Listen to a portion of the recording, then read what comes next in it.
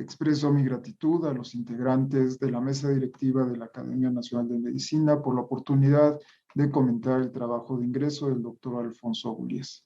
Mi participación la dividiré en dos porciones. En la primera comentaré los resultados del trabajo y en la segunda resaltaré los méritos del doctor Gulías que lo han hecho meritorio de ingresar a nuestra academia.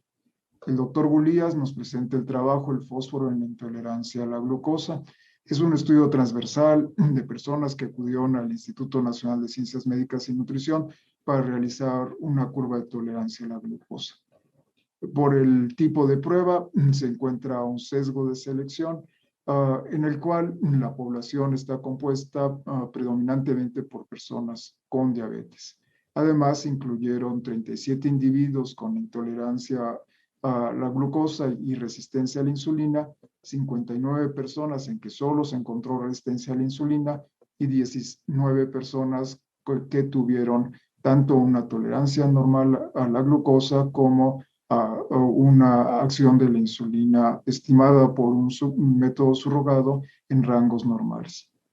Como era de esperarse, los 4 grupos tienen diferencias significativas desde los valores basales. Tienen diferencias marcadas en la edad, en el peso, en la estatura, en el índice de masa corporal, en los valores de glucosa y de insulina, lo cual hace meritorio el análisis para incluir modelos multivariados para controlar el efecto confusor de estas variables. El resultado principal del estudio del doctor Gulías es que se observa un decremento importante, estadísticamente significativo en la concentración de fósforo durante la curva de tolerancia a la glucosa en las personas con diabetes. Asimismo, se observó una tendencia para el mismo fenómeno en las personas con resistencia a la insulina o con intolerancia a la glucosa. Sin embargo, este hallazgo no alcanzó significancia estadística. El grupo de personas con diabetes tuvieron la mayor área bajo la curva durante la prueba en la concentración de glucosa y la menor área bajo la curva de los sujetos con anormalidades en la concentración de insulina. Asimismo, la tabla les muestra cómo tuvo una menor área bajo la curva en la concentración de fósforo. ¿Cómo interpretar los resultados de los hallazgos del doctor Gulías? Debemos de recordar que la concentración de fósforo en el plasma depende tanto del aporte proveniente de la dieta o del tejido óseo como del movimiento del espacio intracelular y extracelular de fósforo.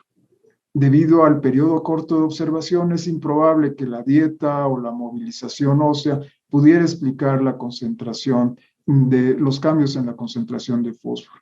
Por lo tanto, los posibles determinantes es la movilización del espacio extracelular al intracelular, en el cual la insulina juega un papel predominante.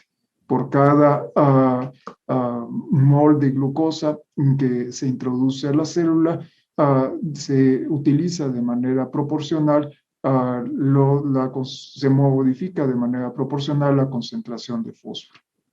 Por lo tanto, la exposición a la glucosa y la hiperinsulinemia resultante explican en buena medida el cambio en la concentración de fósforo observado en el estudio del doctor Gulías. Sin embargo, hay otro determinante relevante que es el papel que juega la insulina en la reabsorción del fósforo a nivel renal. Esta vía determina una pérdida de cerca de 900 miligramos al día y, como veremos más adelante, la concentración de insulina menor que tienen los pacientes con diabetes pudo haber explicado que alcanzara significancia estadística el decremento de fósforo durante la curva.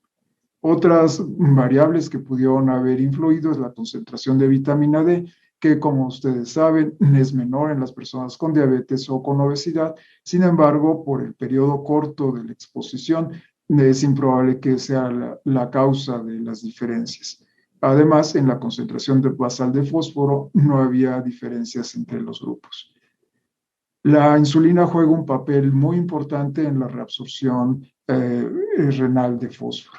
Al haber una menor concentración de insulina, debido al efecto tóxico de la glucosa, es muy probable que las diferencias significativas observadas en el grupo con diabetes sea debido a una menor reabsorción de fósforo mediado por la menor acción de la insulina a nivel renal.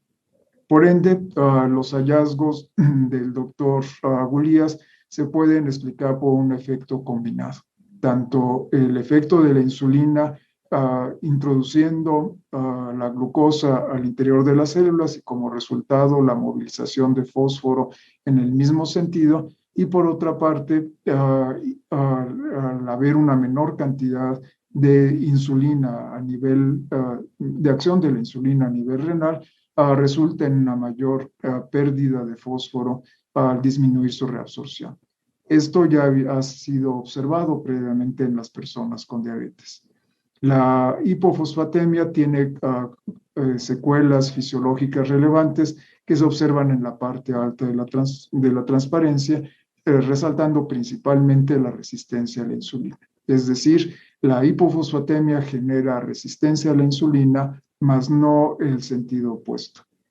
Por lo tanto, no podemos usar los cambios observados en el estudio del doctor Gulías como un indicador de resistencia a la insulina, es más una consecuencia de la resistencia a la insulina de la hipofosfatemia.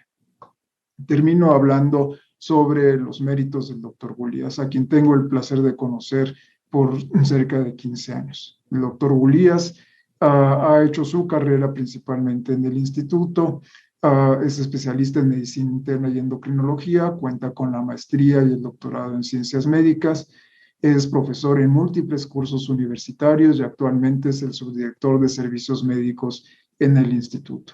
Destaco en él su sobresaliente capacidad de trabajar en equipo, su liderazgo. Es un excelente maestro y el mejor método que tiene es su ejemplo. Impulsa a sus alumnos a trabajar gracias al ejemplo que muestra día con día en su compromiso con sus alumnos y con sus pacientes. Alfonso jugó un papel crítico en la respuesta hospitalaria COVID, el cual toda la comunidad reconoce el gran empeño y la gran calidad que puso en este trabajo. Es un placer dar la bienvenida al doctor Alfonso Gulías a la Academia Nacional de Medicina. Muchas gracias.